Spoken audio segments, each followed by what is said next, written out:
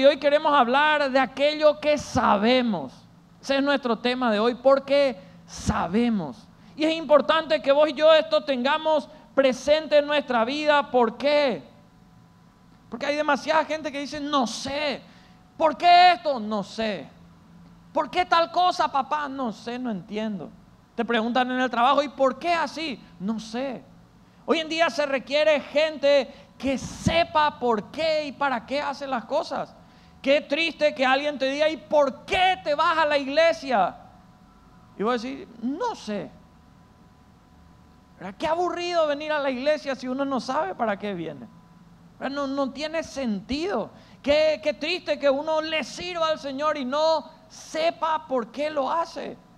Por eso, ¿qué es saber? El diccionario dice que saber es tener conocimiento o noticia de algo.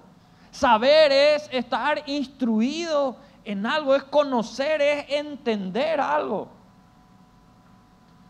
Nosotros los hijos del Señor que conocemos la palabra del Señor, sabemos que hay un mundo más allá de este. Porque sabemos que las palabras eternas de nuestro Dios los dice. Y por eso lo que sabemos es lo que creemos. Y lo que creemos es aquello que tenemos y de eso nos agarramos, de eso nos afianzamos y con eso caminamos hacia adelante. Daniel capítulo 11, versículo 32, el profeta Daniel estaba hablando de tiempos finales, de cosas que iban a ir sucediendo en el final. Y dice este pasaje que a mí siempre me impacta mucho porque se sigue viendo hasta hoy en día esta realidad que menciona acá. Dice, con lisonjas seducirá a los violadores del pacto. Otra versión dice con adulaciones. Otra versión dice con chismes pequeños. Imagínate, con lisonjas seducirá a los violadores del pacto. ¿Quiénes son los violadores del pacto? Los que entraron en acuerdo al Señor y rompieron eso. Quieren disfrutar de los derechos que le da ser hijo, hija de Dios, pero no cumplen sus obligaciones con Él, no le adoran, no le buscan, no le sirven, no viven en santidad. Mas el pueblo que conoce, ¿qué tiene que hacer el pueblo? Conocer a su Dios. Qué importante es que vos y yo conozcamos a nuestro Dios. Más el pueblo que conoce a su Dios, ¿qué hace? Se esfuerza y actúa. No es solamente un oidor, sino que es un hacedor de la palabra. No es solamente alguien que se queda ahí indiferente a lo que pasa, sino que toma cartas en el asunto y dice, yo voy a ser parte. No es alguien que dice, bueno, se está viendo cómo los derechos de la familia se quieren tergiversar, se quieren cambiar y uno se queda ahí indiferente. No. Uno dice, yo me voy a plantar, yo voy a pelear por la familia. Uno dice, uno se da cuenta que hay cosas fuera de la voluntad de Dios y uno no dice, bueno, que pase lo que tenga que pasar. No, el pueblo que conoce a su Dios, ¿qué hace? Decirle al que está a tu lado, como que quieras vos predicarle y sabes algo de él, decirle, si le conoces a Dios, vamos, decirle al que está a tu lado, si le conoces a Dios, te vas a esforzar y vas a actuar. Qué importante que nosotros hagamos eso, porque saber, creer y hacer nos va a llevar a vencer. Cuando vos y yo aplicamos esta fórmula y es en cualquier área de la vida, en el trabajo, si vos sabés lo que tenés que hacer, si vos creés que eso va a generar buenos resultados y haces eso, vas a vencer. Vos decís, necesito bajar de peso. Bueno, si sabés eso, ¿qué tenés que hacer? Creer que la dieta o el ejercicio te va a funcionar y hacer, porque hay gente que sabe, da clases de cómo hay que hacer, pero no hace. Entonces eso, no le vaya a codear al hermano de al lado, ¿verdad? En cualquier área de la vida, y eso también se refleja en lo espiritual. Si vos y yo sabemos lo que dice la palabra, creemos esa palabra y la aplicamos, vamos a vencer. Pero si no sabemos, no creemos y no hacemos, vamos a perder. Por eso, mirando la palabra, algunas cosas que necesitamos saber, y creo que ustedes saben, y es importante que las apliquemos. ¿Qué es lo que sabemos? En primer lugar, ¿sabemos o no sabemos que hay eternidad? Hay eternidad. O sea, nuestra vida aquí en la tierra va a terminar un día, pero va a estar la vida eterna. Dice la Biblia, 2 Corintios capítulo 5, en estos días hacíamos el devocional de este capítulo en la guía del conquistador. Dice 2 Corintios 5:1, porque, ¿qué cosa?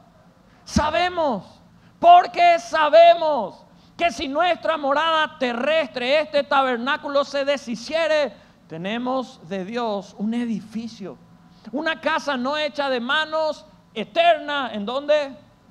En los cielos. Qué importante que no ignoremos y tengamos presente. Tenemos que saber que hay una vida terrenal y hay una vida eterna, y que nuestra vida terrenal determina dónde vamos a pasar la eterna. Lo que hagamos acá determina eso.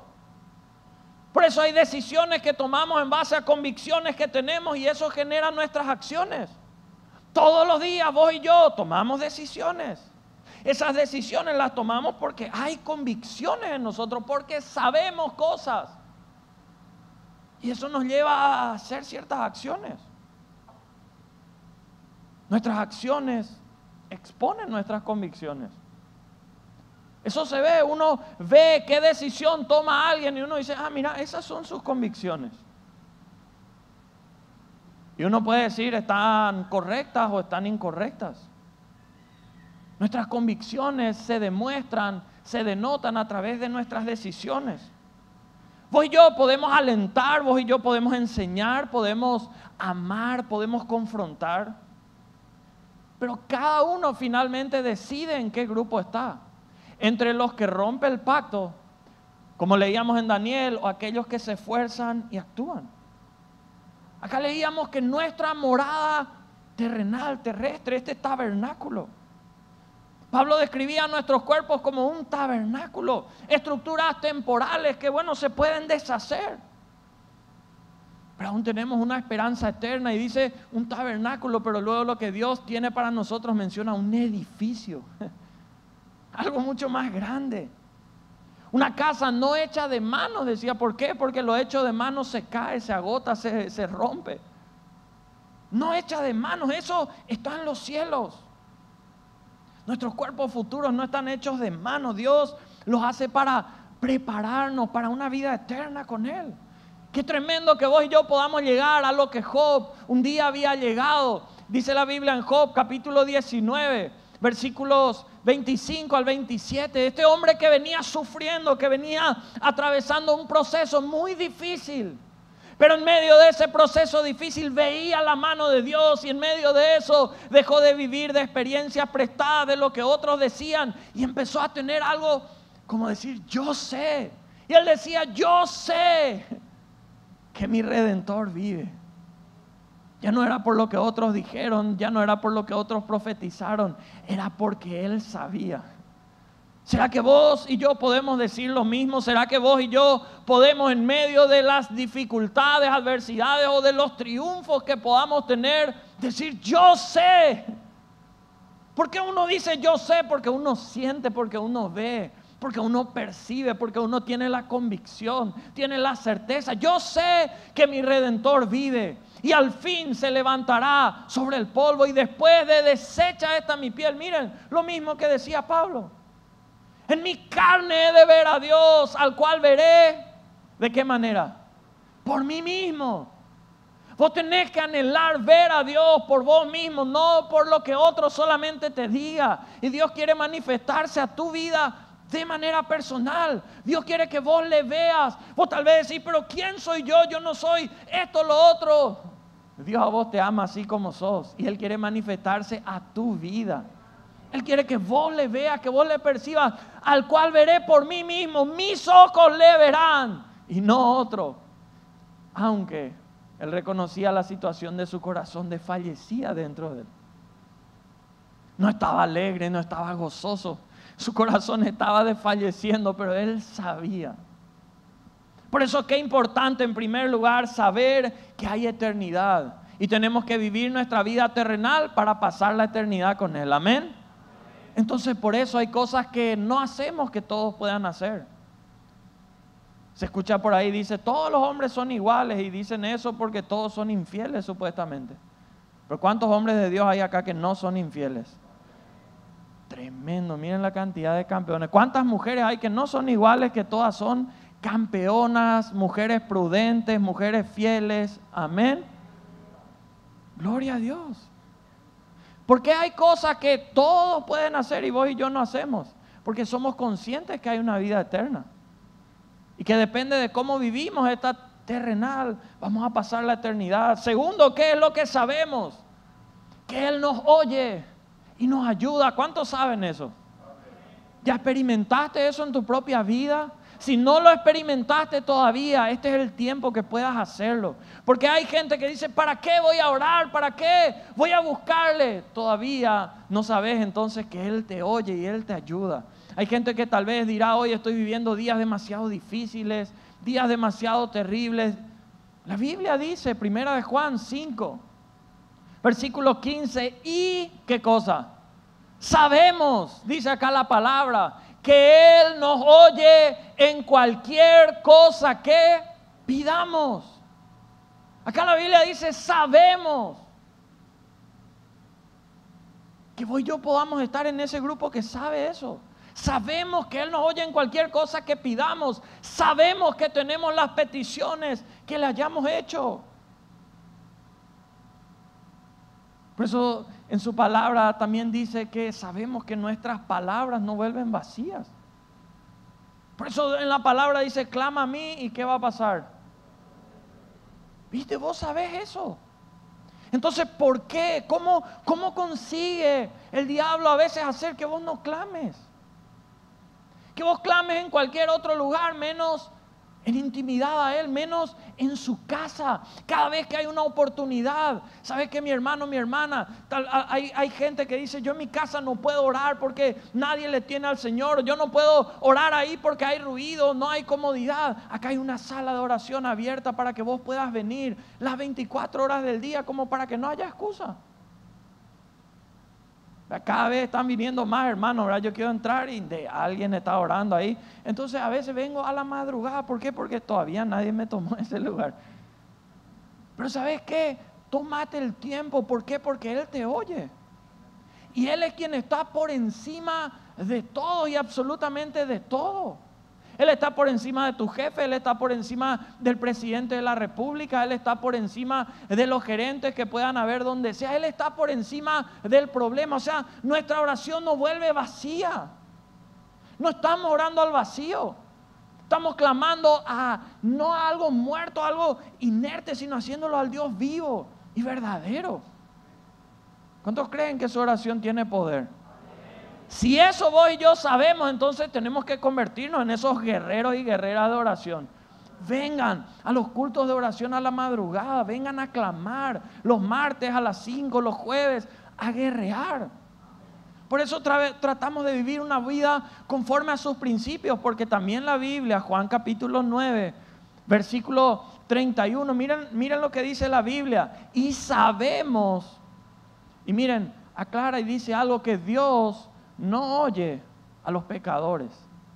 Pero si alguno es temeroso de Dios, hace su voluntad, a ese oye. Tal vez alguno dirá, híjole, entonces no me va a escuchar. Pero sabes que en minutos vamos a dar la oportunidad que si vos considerás, crees en base a lo mucho, más o menos o poco que conoces de la palabra del Señor, que estás viviendo una vida de pecado, que no confesaste tu pecado al Señor, que hoy mismo le pidas perdón por tus pecados y puedas pasar a estar en el grupo de aquellos que son temerosos de Dios, hacen su voluntad. Yo a veces me pregunto, ¿de qué se aferra alguien que no le tiene a Dios? Cuando hay problemas en su matrimonio y parece que se van a separar, parece que ya no hay chance, ¿de qué se aferra uno? Porque si se aferra al alcohol, si se aferra a las drogas, si se aferra, no sé, a otro tipo de cosas que son nocivas, dañinas para su vida, está empeorando la situación. ¿A qué se aferra uno que no tiene al Señor. Qué importante que vos y yo hoy nos agarremos del Señor. La Biblia dice, Romanos 8:28, porque puede ser cualquier área, puede ser las finanzas, puede ser la salud. ¿De qué nos aferramos? Pero la Biblia acá también nos dice, y es algo que sabemos. Y sabemos que a los que aman a Dios, ¿cuántos aman a Dios? Todas las cosas les ayudan a bien. Esto es, a los que conforme a su propósito son llamados. Entonces qué tremendo que sepamos que Él nos oye y Él nos ayuda. Entonces vos y yo, en base a eso, si sabemos que Él nos oye, le hablamos. Porque sabemos que Él no solo nos oye, sino que también nos ayuda. Tercero, ¿qué es lo que sabemos? Sabemos que su ley es buena. Hoy en día todo lo que venga a ser ley, uno rechaza. Los hijos de repente, papá o mamá le dicen así no, y a propósito quieren hacer así, ¿verdad? Y no nos riamos demasiado porque nosotros hacíamos lo mismo, ¿o no? ¿Verdad? No podemos mentir en la iglesia, ¿verdad? Y no deberíamos mentir en ningún lado tampoco. Dice la Biblia en 1 de Timoteo 1:8, pero ¿qué cosa? Sabemos que la ley es, ¿cómo es la ley? Buena. Si uno la usa legítimamente. Si es buena, significa que no es mala. Si es buena, significa que conviene para mi vida. Significa que conviene para mi familia. Significa que conviene para mis finanzas. Significa que conviene para toda área de mi vida. Tristemente hay personas que no se dan cuenta que algo totalmente diabólico es cuando quieren, ¿saben qué? Apartar, por ejemplo, a su cónyuge del camino del Señor. ¿Por qué? Porque trata de vivir conforme a la ley del Señor. Hay gente que se pone de novio y trata de apartarle al novio o a la novia del camino del Señor, de la ley de Dios. ¿Por qué esto es catastrófico? ¿Por qué esto forma parte del plan del enemigo? Porque él sabe que si consigues apartarte de su ley, pues ya no estás guardado por esa ley. Cuando vos estás apartado de esa ley, ya no hay garantías saludables de lo que Dios puede hacer ahí en tu matrimonio, en tu noviazgo, en el área que sea. Porque fuera de su ley no hay fidelidad. Fuera de su ley no hay amor puro, no hay eso de cuidar el vaso frágil, no hay pacto hasta que la muerte nos separe. Por eso una de las cosas que más debería interesarme a mí como esposo es que mi esposa siempre camine bajo la ley de Dios, aunque muchas veces eso le haga confrontarme a mí con cosas que yo pueda querer hacer de otra manera. A ella le conviene que yo viva bajo su ley, la ley de Dios, porque entonces yo, aunque pueda no gustarle en algún momento, le voy a decir, esto es lo que Dios dice, no es lo que yo siento, no es lo que Dios dice. A todo papá, a toda mamá le conviene mover a sus hijos, a sus hijas conforme a la ley de Dios, para que vivan en esos principios. Primera de Juan 2:3 dice la palabra, y en esto sabemos que nosotros le conocemos. ¿Cuándo? Si guardamos sus mandamientos. O sea, aquí está el argumento como para que vos y yo digamos, sí, le conocemos. Pero algo está mal si decimos, sí, le conocemos, pero no guardamos sus mandamientos. Como alguien dijo un día, hay gente que sabe dar bibliazos, pero no ejemplos. Qué importante que nosotros vivamos guardando esos mandamientos, viviéndolos en el día a día de nuestra vida. ¿Qué es lo que sabemos? Cuarto y último, y es lo que tiene que ver con lo que ocurrió en la cruz. Y si alguien de repente toma notas, yo cuando ponía este punto, yo le ponía a cada una de esas 4 partes de la cruz un significado. Porque saben que hoy en día para mucha gente esa cruz no significa nada. Hoy nadie se va de repente a decir, bueno, quiero comprar 3 cruces o 4 o 5. Nada. Para mucha gente la cruz ya no significa nada. Tal vez, cierto, Semana Santa. ¿Verdad? Algunos dicen, pero en algunos está Jesús, en otros no está Jesús y no saben qué significa. Nosotros creemos que esa cruz está así, sin Él colgado ahí. ¿Por qué? Porque Él no se quedó colgado ahí. Él murió, pero Él luego resucitó y la cruz está vacía. ¿Saben qué? Esa cruz nos emite señales. La primera señal que esa cruz nos emite es una señal, ¿saben de qué? De muerte. Una señal de muerte, porque hay alguien que murió en esa cruz ahí. Y dice Filipenses 2:8, y estando en condición de hombre, se humilló a sí mismo, haciéndose obediente hasta la muerte. ¿Y muerte de dónde? De cruz. Él fue a morir ahí en la cruz para llevar toda la carga, todo el precio del pecado que vos y yo cometimos, y toda la humanidad.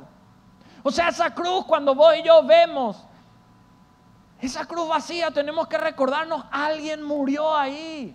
Alguien ocupó el lugar que vos y yo deberíamos ocupar. Alguien pagó el precio.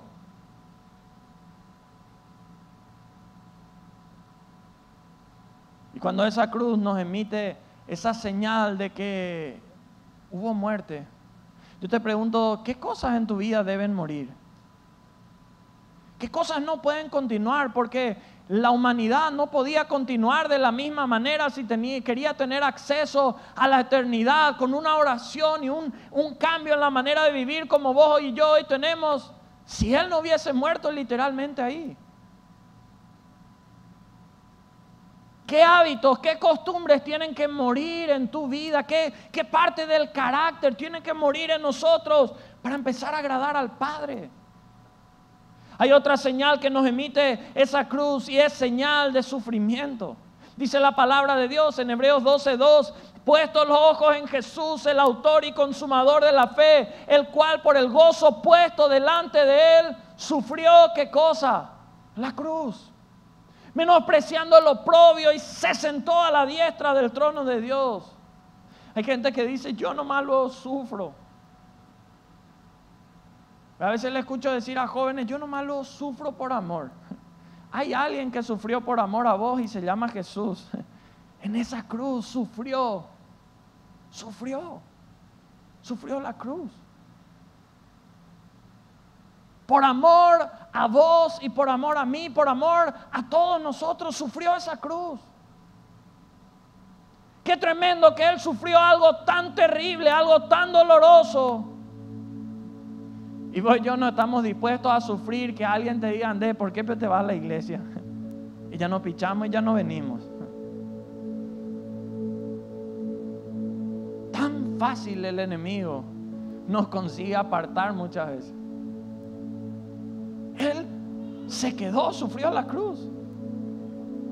Sufrió ahí. Podía haber dicho, ¡basta! Él tenía poder. No solo nos emite la señal de muerte, de sufrimiento, sino, ¿sabes qué? También de reconciliación. Porque es lo que Él quiere hacer. Esa cruz también nos emite la señal de reconciliación. Efesios 2:16 dice la palabra, y mediante la cruz reconciliar con Dios a ambos en un solo cuerpo, matando en ella las enemistades. ¿Sabes qué te dice esa cruz cada vez que la ves vacía? Te dice de parte de Dios, si depende de mí, ya hice mi parte para que vuelvas. Ya pagué el precio para que podamos reconciliarnos. Yo di el primer paso. Vení, pongámonos a cuentas. Porque lo más difícil en toda relación para arreglar algo cuando estaba mal es quien da el primer paso. Porque reconciliar es volver a conciliar algo que se separó. Esa cruz vacía te está diciendo, si depende de mí, vení, te espero. No, pero tengo pecado, no, pero fallé, vení, te espero, ya pagué el precio.